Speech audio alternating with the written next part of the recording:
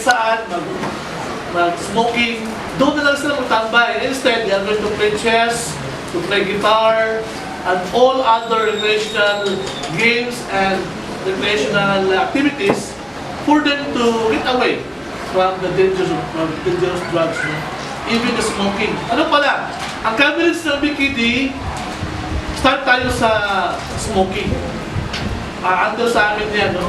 Smoking, vaping, yung alcohol, at saka yung substance abuse, kasama yan. And of course, yung drug na talaga. Yung shabu, yung marijuana, and of course, other dangerous drugs. Pero sa atin dito, start tayo from small ones. Kahit smoking pa lang, atuan ang ginatagaan. So, ano pa ginagawa?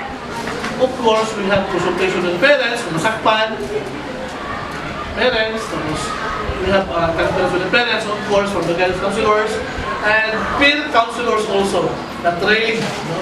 Kasi yung ating mga officers na BKD, trained po sila as peer counselors to give counsels for those who were caught and who will be caught smoking, vaping, and other substance abuse. So in terms of implementation sa DepEd,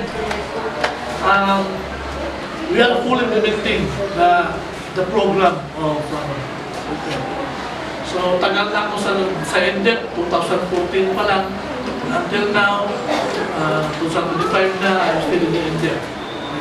Pero kulang pa rin, kasi we are still moving forward for more activities just to strengthen and be sure to implement this program of DepEd. And actually, this NDEP, this BKD is an advocacy. Okay?